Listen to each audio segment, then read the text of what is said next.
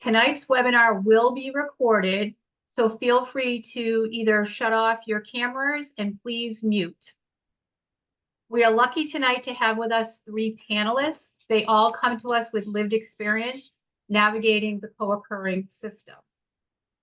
First, we'll hear from Tim Reed. Tim is a community outreach specialist at True Healing. Following Tim, we will hear from Leanne Wyatt. Leanne is a caregiver and a parent. And our final panelist tonight is Theo Boz. Theo is a clinical support counselor and a NAMI New Hampshire volunteer. After we hear from the final panelists, we will have time for questions, but we're asking if you put the questions in the chat, and Karen will read those at the end so that we can kind of combine some of the questions so that we make sure we have the best use of our time. So at this point, we're going to hear from Tim. Thank you. All right. Thank you, Heidi. My name is Tim Reed. I work for True Healing. I'm not going to make this commercial. We're a substance use and mental health treatment center scattered throughout the country. My job as a community resource specialist is to be out in the community and help people find treatment, period. We have this role because it's so individualized. Everyone's gone through so much, so many different things. There's no one solution, no one size fits all. So I kind of want to walk people through what my process is when somebody calls me. The first thing I do is I gather basic information, things I would need to make a decision or help them guide through the process right out of the gate. So things are like name, date of birth, gender is important if they're going to look at a gender-specific facility, their insurance and financial information, their substance of choice or their diagnosis for mental health. And the big one is urgency. So one of the things I always look at when I'm looking for treatment and talking with a family member or with a client is, are you safe now? If they're on the streets struggling, it's going to make me less picky about let's find the best treatment versus let's get you somewhere safe as soon as possible. The other piece is, insurance is important because it's going to dictate what our options look like. I work with folks that have Medicaid, Medicare, private insurance, no insurance, and I kind of have to go through the list and see what's available for anybody in any given situation that they may be in. And then the substance and their diagnosis, specifically with the co-occurring, that's really important because I need to understand where the biggest immediate threat is. So if somebody is been drinking daily for 6 months, also while they're struggling with maybe some schizophrenia, the alcohol detox is going to take precedent because it's dangerous to stop. It could be fatal. So I'm going to focus more on let's get that treated, and then let's work at either a dual diagnosis facility or getting you into a mental health facility after that. So that's where that's really important. If I have the time and things aren't urgent, I'm talking with a mother or a friend or other relative for somebody, there's more information I'd like to get, especially if that person's safe. So they have a place to live, they have a place, stable food, they're not in any immediate danger. Some of the information that really helps me figure out where a good fit might be is going to be their treatment history. All right, have they been to treatment before? Where did they go? What did they go for? What modalities were they introduced to? So like for substance use, that could be the 3 principles, that could be the 12 steps program in AA, that could be Smart Recovery. I want to know what they've done before, if it worked with them, if they felt a connection to it, if they didn't find it useful at all. I also want to know what facilities they've been to. So if I'm recommending somewhere they've been before, I want to know what their experience was like there, so I can talk about any changes that might have happened in their program or make a different recommendation altogether if something didn't work. Along with that, I'd like to know, if they have any current or pending legal issues that can really limit where we're looking at, what we're dealing with. For example, if they have to be in court in Portsmouth, it might not be a great idea for me to send them to a facility down in Massachusetts. It might be easier to find something closer to the seacoast. That way we can get them somewhere where we can attend to all of their needs instead of just focusing on something that's immediate. Also really important is I need to know if the individual knows you've reached out to me, particularly with substance use and less a little more than mental health. I need to know, like, if I'm calling this person to talk with them about a recommendation, or if I'm having a facility reach out to an individual, I want to know if they're expecting the call, if they're not expecting a call. I want to make sure everyone's aware of what's going on. If it's something where, it's a family member trying to do research, trying to get ahead of the game, I want to know if they have had any conversations at all, if they need somebody to help them through an intervention. Because that's not something you want to do on your own. Everything shows the more help you get, the better the outcome generally is. And I want to make sure we're sending somebody to treatment as little as possible. I want to make sure we're getting it as right as we can the first time. And then the living situation is another big piece I like to address as much in front of everything as I can.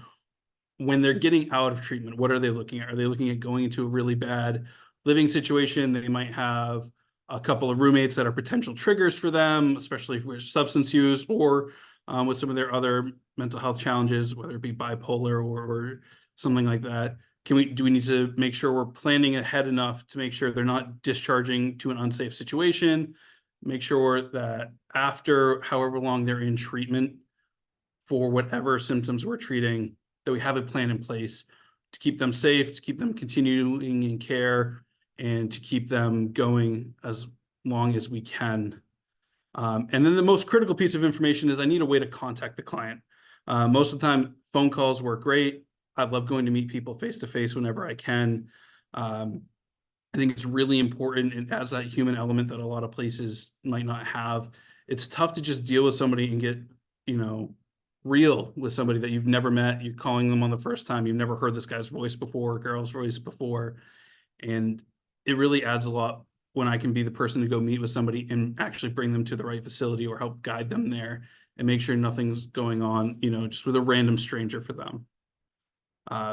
That's really where I focus. The other big piece for me is I never sent anybody to a facility I haven't been to, which is a real advantage I have. I've been to every facility currently in New Hampshire, with the exception of one, which I'm going to this week, so tomorrow.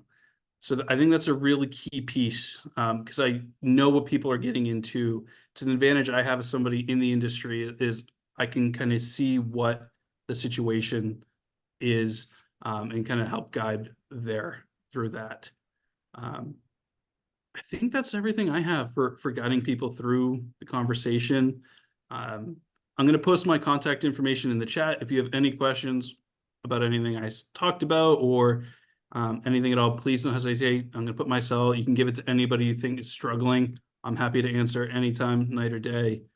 And with that, I'm going to bring on Leanne and let her talk about her experience. All right, thank you. So good evening. My name's Leanne Wyatt. I am a mom of 2 adult children who are in different stages of their substance use disorder. Due to their addictions and their destructive behaviors, I didn't need to just seek help for them. I needed to seek help for myself as well. My daughter is 31 today and is 6 years, 8 months sober. My daughter's addiction was to alcohol. She went to 3 different detox, 3 different PHPs, and then on to sober living. So a total of 7 facilities in 2 different states. She is now married with a 1-year-old daughter. They just bought their first house and just found out that they're pregnant with their second baby. She graduated college and has worked at the same accounting firm for 6 years. From ages 20 to 24 and a half, was the height and the worst of her addiction. During this time, she had car accidents, lots of lost jobs. She was hospitalized and put in a medically induced coma due to her 0.35 blood alcohol level. Once we got her in detox for the first time, there were still several bumps in the road, but with her determination and hard work, AA, a change in friends and lifestyle, she is thriving. My son will be 30 in 10 days. He started abusing alcohol and drugs at age 12. We are constantly in and out of court. We had a CHINS order in effect, and he was placed in 2 different placements in New Hampshire where drugs were easily accessible, all while I thought I was doing what was best for him and getting him the help that he needed. My son's addiction is to anything he can get his hands on, but mostly heroin. He's been homeless in the winter, living under bridges, arrested numerous times. His longest time in jail was 6 months. He has 3 children, one lost to foster care and eventually adopted by his foster mom, who was amazing. One was given up at birth, and one he has nothing to do with, yet he could. I should have prefaced this by saying that my ex-husband, the kid's father, was a raging alcoholic who was very verbally, mentally, and emotionally abusive.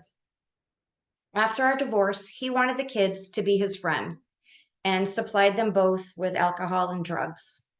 He passed away in 2017 from a heart attack while both of the kids at the time were in rehab when this happened. My son, unfortunately, has a lot of his father's traits. Along with addiction, he is very narcissistic, verbally, mentally, and emotionally abusive to me and his wife of 3 years. Right now, he, therefore they, him and his wife, have nothing. He's lost everything again and is living with her father. He is in active addiction, yet denies it. Throughout the years, he's been in at least 15 facilities in 5 states: New Hampshire, Mass, Florida, Alabama, and Arizona. Due to the circumstances of his latest relapse, I haven't spoken to him since September 11th of 2013. In prepping for this webinar, I was amazed at how much I, as a mom, and our family have been through. I know that each time one of the kids was spiraling, so was I. It consumed me and was destroying me.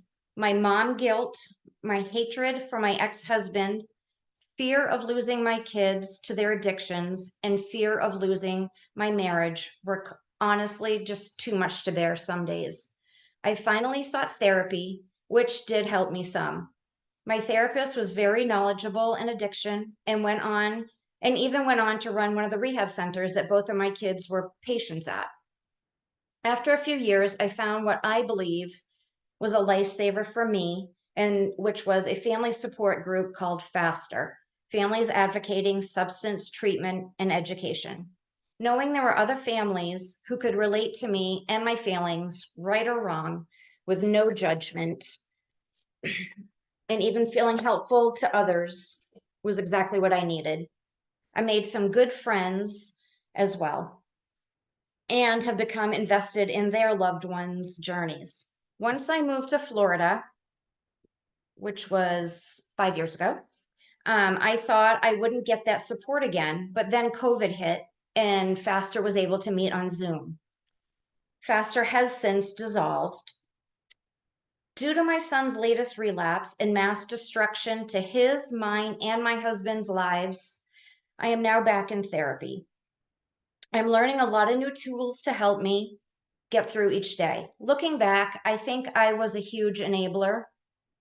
One of the biggest lessons that I'm applying to my life is boundaries. In the past, I would never let 8 days, let alone 8 months, go by without contacting my child. But I have to break the cycle. I can't blame myself. I can't try to stop it. I can't lie in bed for days. I can't be manipulated and made to feel like I'm crazy. I'm a work in progress with the support from my husband and my therapist. I love and am so proud of my daughter, and I love and miss having my healthy son in my life.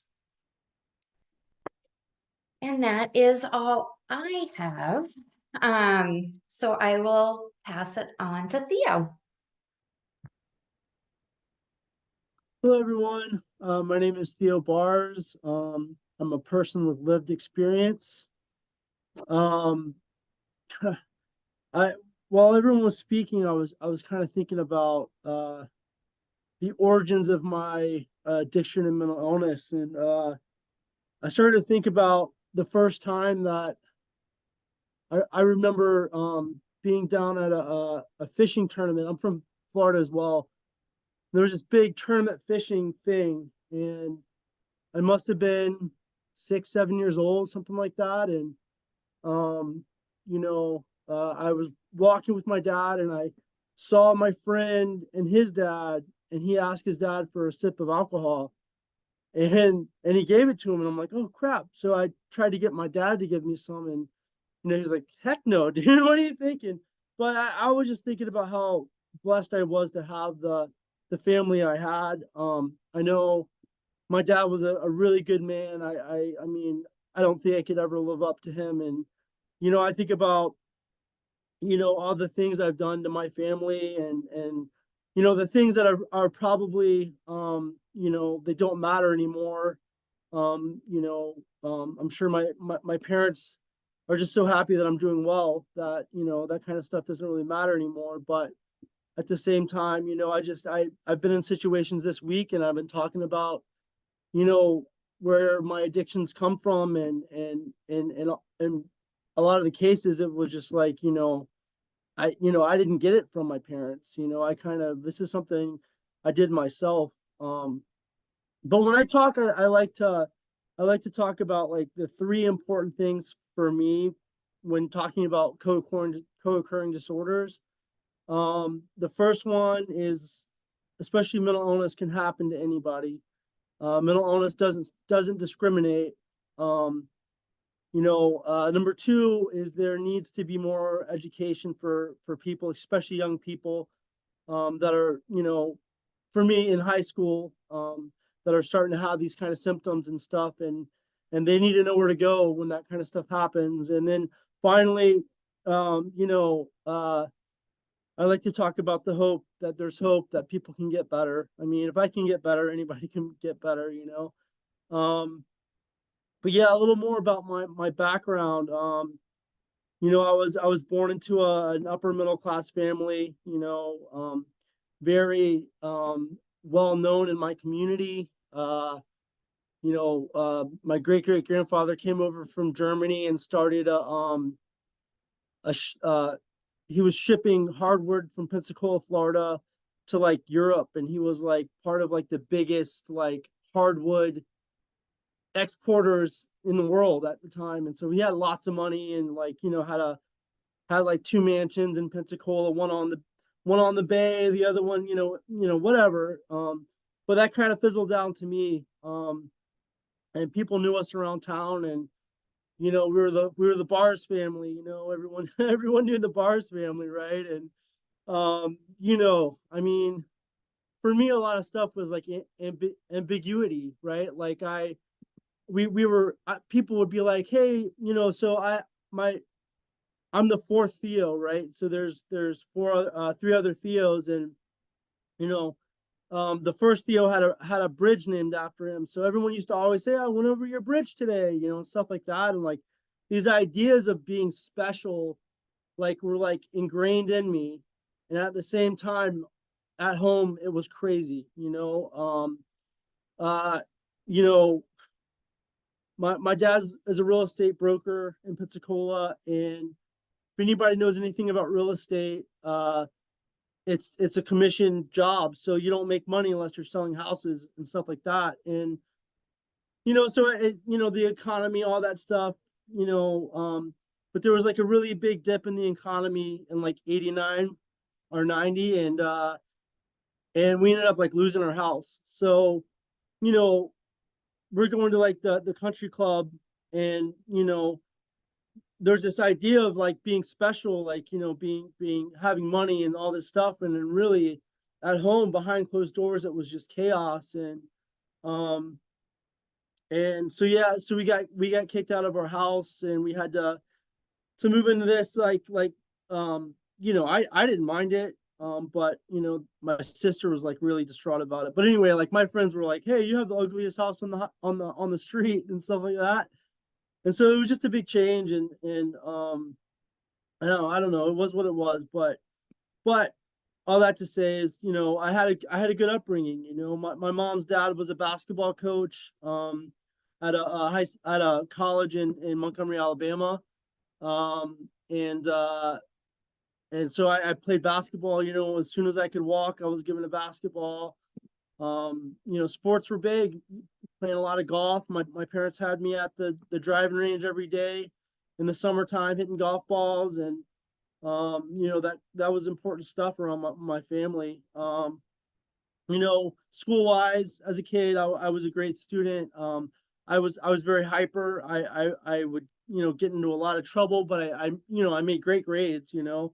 But I was always getting sent out in the hall and the principal's office and stuff like that. And, um, you know, and it kind of like led me into like a certain crowd. And, so, you know, I, yeah, I followed this crowd, right? Like, you know, I had in Pensacola, there was like two factions, right? Like, so I started surfing, and in surfing, there was like two different factions, right? There was like Christian surfers, and there were like guys that were, you know, rebels or whatever, and they were using alcohol and drugs and stuff like that. And, um, so because I had grown up and I was getting in trouble, even though I wasn't exactly like them in many ways, you know, that's kind of what I kind of went to. So anyway, um, yeah, so I went to high school. I remember hearing through the grapevine that one of my friends had been smoking pot, and I had never seen pot before.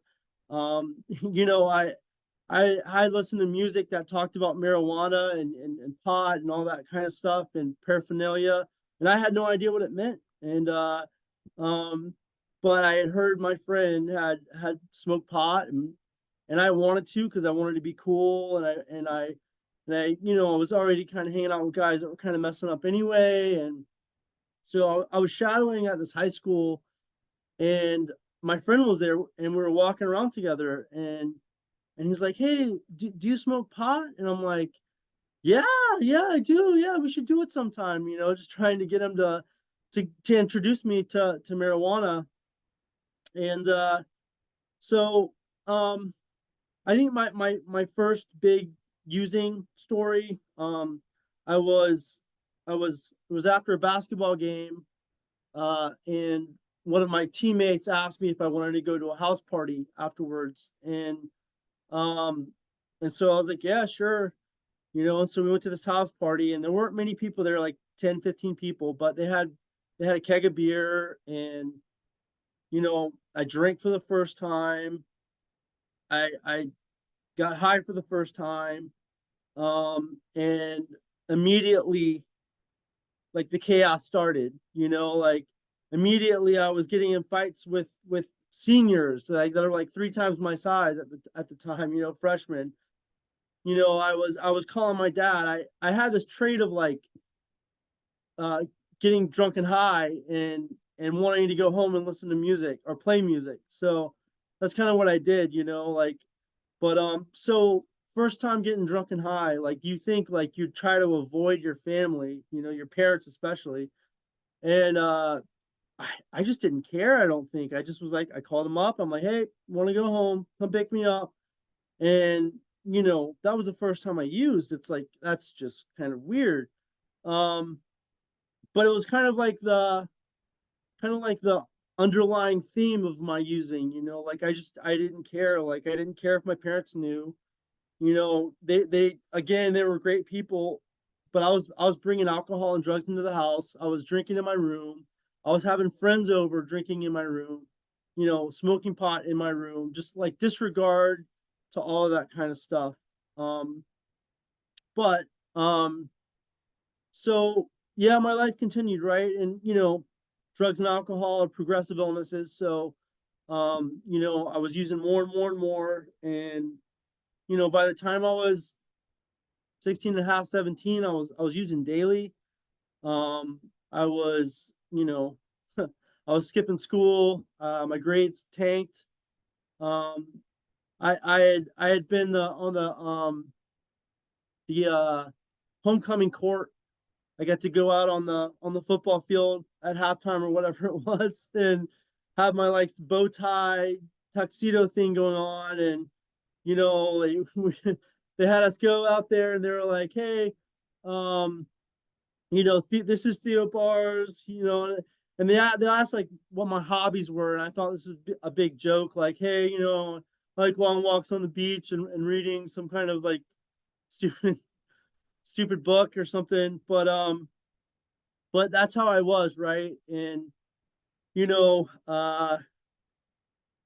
I got into an adult relationship and I wasn't an adult, and I started drinking a lot more. I got really depressed, and I was like using at people, and I was trying to like, I don't know, I was giving myself poison to hurt them or something, you know, um and so I went into this downward spiral to where, you know, friends started not wanting to hang out with me, and uh you know uh I was starting to just kind of slide back, and but I remember I was at this house party, and I uh I was drinking in the kitchen. I remember it vividly, and all of a sudden I was hearing people's voices from across the room, but they weren't talking to me. And I think that's what I would call my first episode of psychosis. And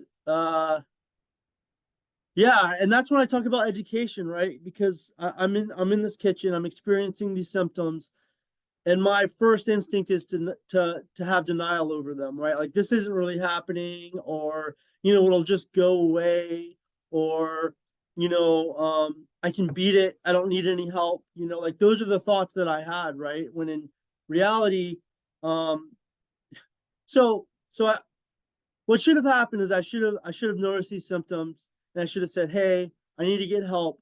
Called my PCP. "How's it going? I'm experiencing these symptoms. What do I do?" I go in and see a psychiatrist. They give me medications. I get stable after 3, 4, 5 months, and I'm back in my with my friends. I'm doing the things I used to always do. I'm going to the beach. I'm surfing. I'm playing music. I'm doing, you know, but instead my life went like, you know, off the rail or something, you know, like all of a sudden, you know, I'm in and out of like psych hospitals. You know, I'm going to all kinds of rehabs. Um, you know, from the first time I had that episode of psychosis, my first episode of psychosis, from the first time that happened, it took me like 7 years in and out of like rehabs and hospitals and stuff to finally like start to understand what's going on, and to finally be like, all right, maybe you're right. Maybe I need to stop using alcohol and drugs, and maybe I do need to take my medication. But that story, you know, that shouldn't have happened. Like if we stop this stigma, right, and we start talking about like how we can help people that are dealing with this stuff, you know, like it shouldn't have been a big deal. You know, it should have, like I said, 6 months and I'm back, you know, and instead it's not like that. Instead, I'm still in New Hampshire after like, you know, 20 years. So, um, but, uh, but yeah, so, you know, what happens next, you know, of course, right? With anybody that has family members or that have been around mental illness, you know, it just gets worse and worse and worse. It doesn't get better. It's a progressive illness. It only gets worse until you treat it. So the next, you know, next 3 or 4 years, I was trying to do things my way. I was not going to take medications. I was not going to stop using drugs and alcohol. Um, and I just kept getting into trouble. My parents knew people in the community, right? So like I would deviate from what they wanted me to do, and I'd be Baker acted, which means I'd be like involuntarily admitted into the hospital. So that kind of stuff was happening a lot. Like I would go in the hospital for a month. I'd come out for a month or two, and then I'd go back in. It was in and out, in and out, in and out, revolving door. And but kept getting worse, right? And my actions were getting worse as well. And You know, I assaulted a family member, which got me put into jail. I assaulted my dad, right? I was already talking about how great he was of a person, and you know, like I do PTSD work. Like I have a therapist for MDMR, EMD, whatever it's called. But and one of my most traumatic experiences was like hurting my dad. Like that's something that it's traumatic for me to look back on. But anyway, so I was starting to really act out. I was doing stupid stuff. I was, you know, jumping off bridges in town, like not really high ones, but like, you know, just stupid stuff in the middle of the night, you know, like I don't know, man. I was on this like adventure in my head, like I was doing all this cool stuff, you know, and it was just really like out there, you know, but I wasn't medicated and I didn't understand like fully what was going on. And anyway, so yeah, I was getting in and out of trouble, and finally it kind of came to a head. I assaulted a police officer that was trying to take me to the hospital against my will. And I was looking at, you know, time, right? Like it's like minimum of 5 years or something in prison or something for, you know, assaulting an officer. So I was looking at some time and you know, luckily my mom, to all the moms out there, right? Like I would be out partying and I would come home and I'd look and my mom would be on the computer looking for treatment places for me to go to. Like she would just like, that's how she spent her time, you know?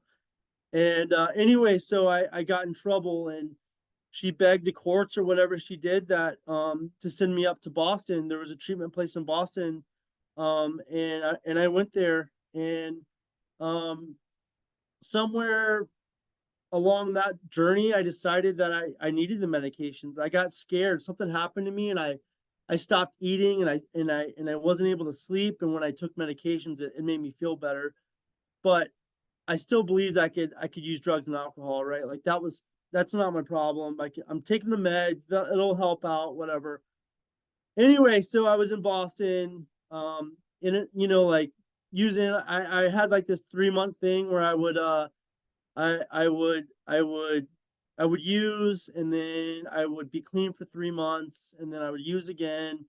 But the using got worse and worse. Like you know, it was still 3 month thing going on, but like, you know, it went from like taking Adderall to like chopping up Adderall and snorting it to, you know, meeting people in the community that were, you know, doing, you know, marijuana and cocaine and stuff like that. And, you know, so it just kept getting worse and worse and worse. And you know, they loved me at that rehab. They had me, I was in the Boston Globe, lifting weights, picture of me doing like these shoulder presses with like 15-pound weights, like some terrible. And they voted for me to be on Oprah. But Oprah decided not to do the segment that I was gonna be in at the last minute. So they loved me, right? Like, but I was hell bent on continuing those, like, you know, like that stuff, right? Like I still thought that I could use, you know, like. And anyway, so stuff happened and I kept another patient out. We went to Boston and we were using drugs and alcohol and they were like, all right, you know, that's enough. So I got kicked out and a place in Manchester, New Hampshire called Westbridge decided that they'd take me in and I've been sober ever since, right? And it's almost 16 years ago, so that's a long time. And yeah, there's hope, right? You know, if you would have known me, you know, back when I was 16, 17, you know, there's a stark difference between who I am today and who I was when I was in my throes of mental illness and addiction. And you know, like I said, I've been sober for a while. I haven't been in a hospital since I've been sober. I've taken my medications as prescribed since I was sober. You know, I was not great when I first got sober. I was depressed still. I was sleeping probably 13, 14 hours a day.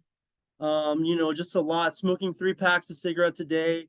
I don't know if there are family members here that have sons especially that smoke cigarettes, but if you have mental illness, you know, like psychosis type mental illnesses, uh, it's like a thing that like we smoke more than the normal person. So I was smoking like 3 packs a day, drinking sodas, pacing back and forth, smoking, drinking sodas, and you know, I was doing good things though, right? Like I was going to AA, I was sober, and I continually just started to get better and better and better. And after 3 years of being sober and doing the right things, Westbridge approached me and asked if I wanted to work for them. And so that was almost 13 years ago. And I've been doing really well there. And you know, along the way, things I think about like that show me hope. You know, I have a wonderful sister. We were really close because there was violence in my house as a kid, and you know, we really leaned on each other when we were younger to get through that kind of stuff because, you know, chaos is happening downstairs, right? And you're just together. You're like, you know, you have to get through it. So anyway, so you know, there's this painting of like two people. One's like this alcoholic, homeless dude. The other's this like hardworking guy with like, you know, like a perfect, you know, rich guy with clothing and all the whatever. And they're like, what do they have in common? Alcoholic parents, right? And that's the story of me and my sister. My sister was she was the valedictorian of her high school. You know, she did all that stuff. And when I became an addict, she was not very happy with me. She felt like I stabbed her in the back, you know, like it was like she just hated me. But you know, in sobriety, we got to know each other better. But this is one thing that shows that there's hope. You know, I'm at home. My sister says she's coming into town. She has a friend that's having a wedding in Vermont, and she needs me to pick her up at the airport. It's midnight, so I'm like, all right, and I drive to pick her up, right? And I'm in a car that I bought myself, and I think that's the main point. It was not a nice car. It was a, you know, 6-year-old Dodge Dart or something, whatever. But my sister saw it and she was like, "Oh my gosh, my brother actually bought himself a car." Like I never thought that would happen, but I saw that in her face, and it was like that was like something like, "Oh my gosh, like there's hope, right?" And she, you know, fast forward, she even made me her son's godfather, which is just amazing. Um, but anyway, so stuff like that's happened. You know, I try to do more for myself too. Like I try to like, you know, be holistic, right? Like I want to eat healthy for myself. I want to eat healthy. I want to exercise. For me, hobbies were really big in sobriety. I'm a big surfer. I haven't really surfed much recently, but you know, I've been playing a lot of golf and music and stuff like that. And, you know, just trying to keep occupied, you know, like it's not good for me if I'm in the house for 3 days straight and I haven't done anything because that's just, you know, that's just a recipe for disaster. But all that to say is just my life continues to get better and I'm just so blessed to be here. And I just thank you so much for letting me be on this webinar, and it's been cool. So thank you. Thank you. So now we're going to have, I know that there are some questions in the chat. So Karen, if you want to unmute and ask those questions to the panelists, or if it's something I have the answer to, I can also answer the questions. Sure. So one of the first questions we got, which I think is universal, especially for parents, is how do you prevent using after treatment?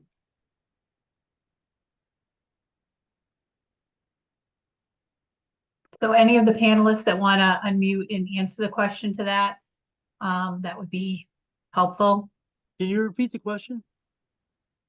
How do you prevent using after treatment?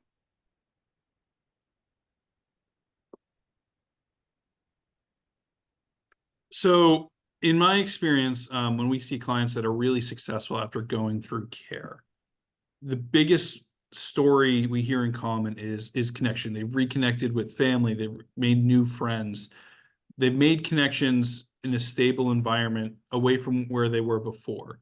And the connection is really the key piece, whether it was through AA meetings or NA meetings or other parts of the community. I've got a couple of clients that it's their gym community that's really helped them stay focused and stay sober and talk about themselves. So the connection piece is the biggest piece I see as a factor for success after treatment.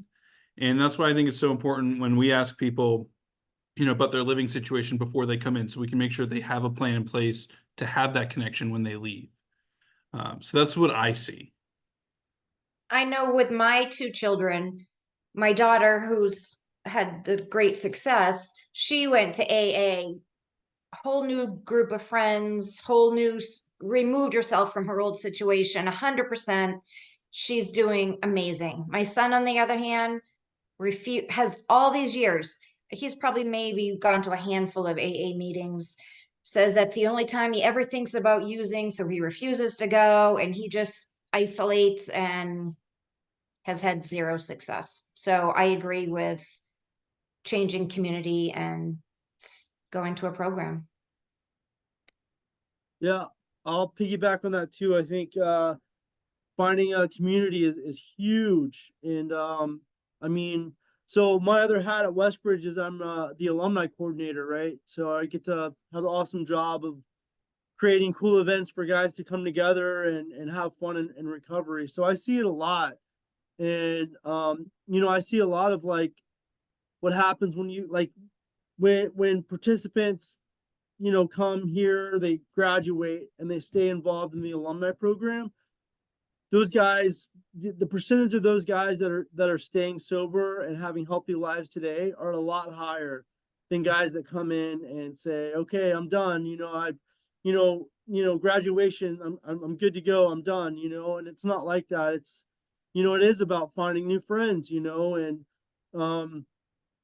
just being around people that are promoting like, positivity, it's hard to hang out with a bunch of people that are, negative and you're trying to be positive. And, but I see, there's so many more success stories that I see that, from guys that graduate and they say, okay, Theo, I'm going to stick around here, not around here, but I'm going to,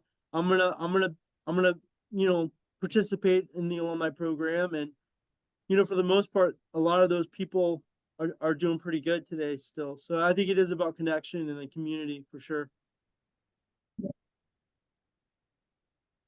So the next question we have is there a program to provide training for law enforcement and other first responders? Are they equipped to handle co-occurring situations? So we have I think NAMI does this a lot, right? Like NAMI, I've actually spoken at a few police departments for NAMI, for the community is it CIT community? I don't know. I forget the name of it. But yes, I've gone into police departments and shared my story and try to normalize mental illness. People with mental illness are marginalized, right? Like they're, there's a high amount of people with mental illness that gets in situations with police officers and get shot. Like that's high. It's like big. One of the highest, amount of people. So yeah, it's so important to get in and talk to police officers and stuff like that, so they know what to do, because, they're doing these high risk situations all day, and then they get in these situations with people that are having a mental health crisis. And, it's a hard thing to navigate, but I think if we have more education, hopefully like we can learn how to let them know these are people, and these people are having the worst days of their life, right? Like this is one of the worst days that they've ever had, and that's where they're at right now. And so yeah, just going to police departments, and it's above that too. Like we've spoken to people to judges and policymakers and all that kind of stuff to like to promote there should be more of this, so it's important. But I'll shut up. I'm talking a lot. I'm sorry. I'll shut up. Yeah, and Michelle put it in the chat. It's Crisis Intervention Team training, and that's a 40-hour week training that NAMI New Hampshire is doing right now for police officers, first responders, EMTs. And I heard today that we've trained almost 1,000 people in New Hampshire for that. So that's something that's continuing to go on. And part of that CIT training is there is people sharing their stories, like Theo has shared his story and other people. And then at the end of the week, there's actually role playing that's done that also has a lot of people with lived experience sharing what their stories like and how important that positive interaction with police and first responders is. All right, what else do we have for questions, Karen? I just want to touch on the police thing as well. Oh. I know some of the departments throughout the state have done a really good job of bringing social work teams in. I worked with a social work team in Concord, in Nashua, and Manchester, and Dover has done a phenomenal job. I think they're probably, in my opinion, one of the leaders in the state on how to do it right. And their social work team is very involved, and the officers have no hesitation to go in there and get them involved, which I think is great.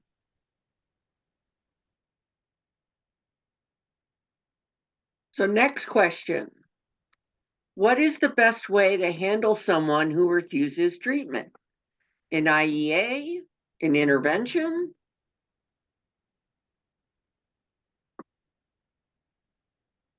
So in my experience, an IEA is going to limit you. It makes it a you versus them situation, which really, even if they do end up going to treatment, we don't really see it as productive treatment. They're going because they feel like they don't have any other choice. They're not putting in any work. They're not trying to work on themselves. I think interventions are a better method. I think communication is key. Again, talking with them, getting somebody with lived experience to talk to them is really a big step and can really help. I'm a particular fan of an intervention style called reverse interventions. It's something that where the person that's being asked to go to treatment is asking all the questions. They're prepared ahead of time. They're like, why do you feel like I need treatment? And they're getting a chance to ask questions and feel like they're controlling the conversation versus being dictated a conversation to, which is why it's my preferred style. But I think if anyone's attempting an intervention, getting someone that specializes in doing it is so important because there's so many things that can go wrong. I know we all see it on TV a lot of times and think it's just getting everyone in a room and ambushing somebody. And that's one style that's not the most effective.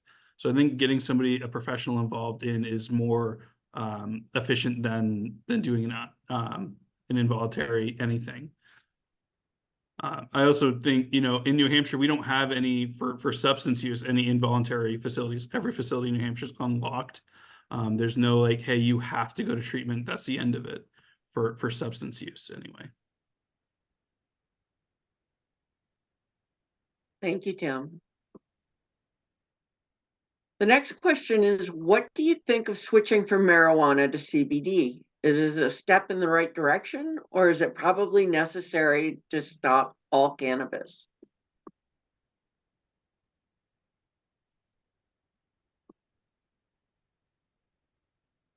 I'm a friend of stopping, and I just think for me so addiction for me is like a super, it's cunning, baffling, and powerful. It's insidious, right? And for me, it's like drinking a non-alcoholic beer. Like for me, I would just be afraid that it's okay at first, right? But then you're like, oh well, and you just start going more and more in the direction, and all of a sudden you're smoking pot again. And I don't think it's like something like like CBD is bad or good or whatever. I just think it's providing you a place to make excuses to go back, in my point of view. So. I mean, I agree with a lot of what Theo said. I think if you're going to do marijuana.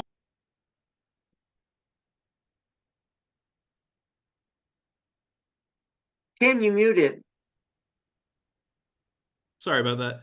I agree with what Theo said, but I do think it has a place to be a stepping stone, right? If you're going to do it, there has to be a plan to stop it, which is, I think, a lot of what MAT should be in general, not just, in this particular case, but there needs to be a definitive plan of we're going to do this for so long and then stop altogether. And there's got to be somebody to hold the individual accountable, and they have to be able to hold themselves accountable to that, which is where a lot of the struggle comes in. Yeah, and although I wouldn't recommend it, I can't think of the word all of a sudden. I can't think of the word. I don't know. Sorry, I'm gonna go ahead and stop talking because I can't think.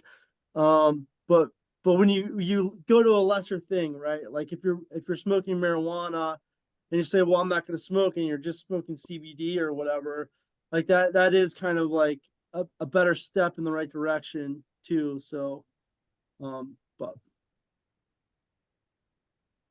We probably have enough time for a couple more questions, Karen.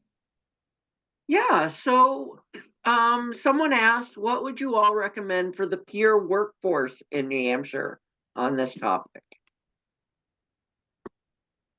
And then somebody else asked, what is the peer workforce?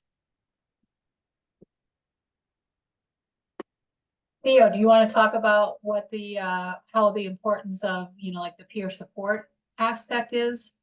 I really don't know too much about peer support. I mean, I'm a CRSW, so I probably should, but I'm not around it that much. We have what we call mentors at Westbridge, but it's different than peer support. So yeah.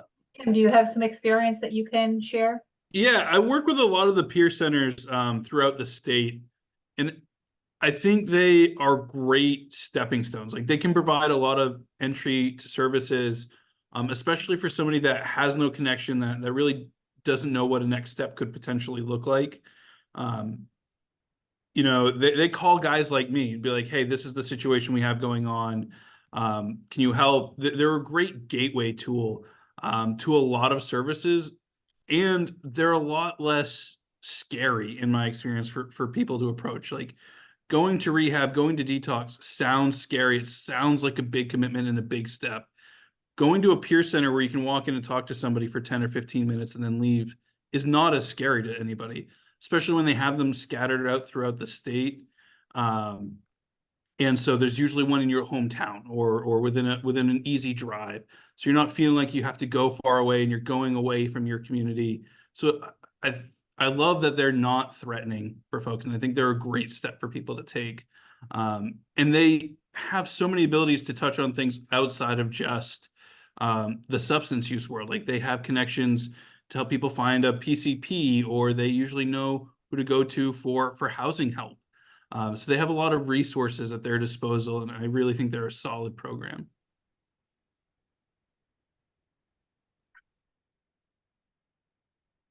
So we had somebody ask, they noted that their son quit alcohol after rehab 5 years ago, but then went back to weed. So he doesn't feel that AA speaks to him.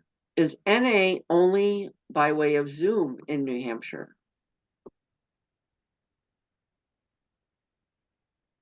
I do believe they have some live groups for NA. I'd have to look and get the exact resource. I don't know them off the top of my head because they're really going to depend on where you are. But I do believe there are some in person. Yeah, there are. I don't really have a list of them either. I'm sure it's easy enough to go on Google and find them. But yeah.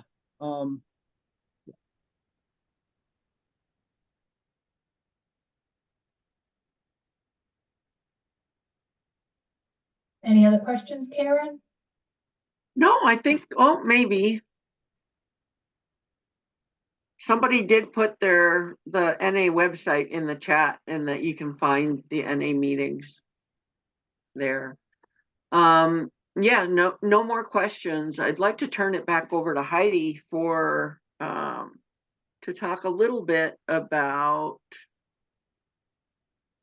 the INR line at NAMI, New Hampshire.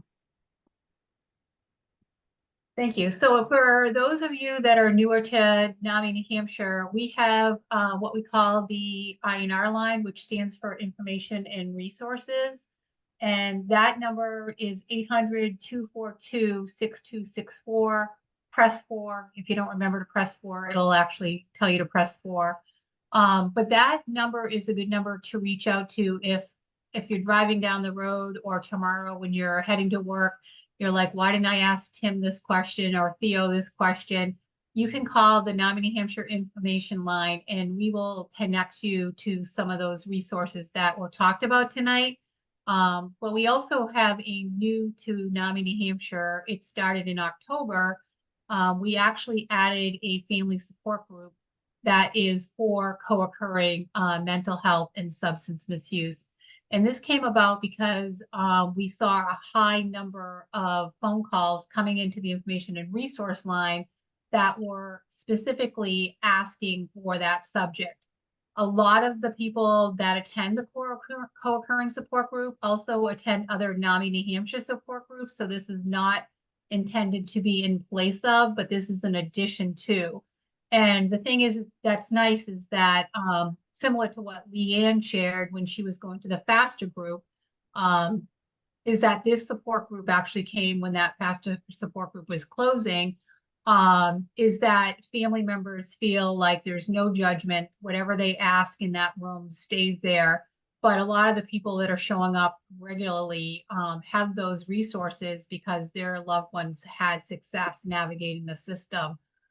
Or like Leanne shared, is when you're having that night that you think you're just a bad mom, you're showing up to this support group and they're also letting you know that they have those same guilty feelings. So that's definitely another good resource.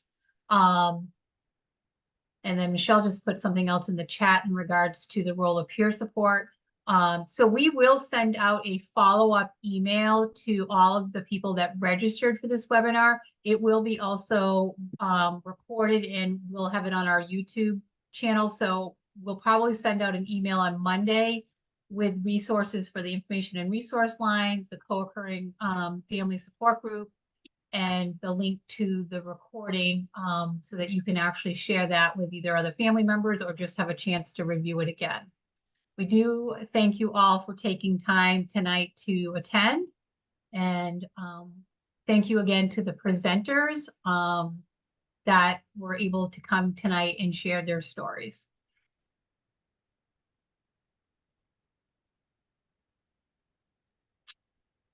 And that's it.